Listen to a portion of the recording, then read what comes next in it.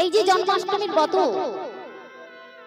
শুরু হবে কবে না 15ই আগস্ট শুক্রবার রাত্রি 11:49 এই অষ্টমী তিথি শুরু হচ্ছে।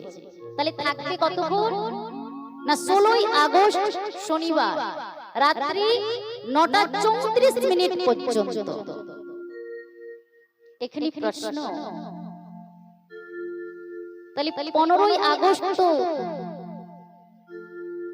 অষ্টমী তিথি শুরু হয়ে যাচ্ছে, তাহলে আমরা রাত্রি থেকে কি ব্রত পালন করতে শুরু করব না। শাস্ত্রে বলা হয়েছে যে কোনো ব্রত আপনাকে শুরু করতে হলে সূর্য উদয়ের পর ব্রত শুরু হয়। তবে একটা কথা, যেদিন এই জন্মাষ্টমীর ব্রত পালন করবে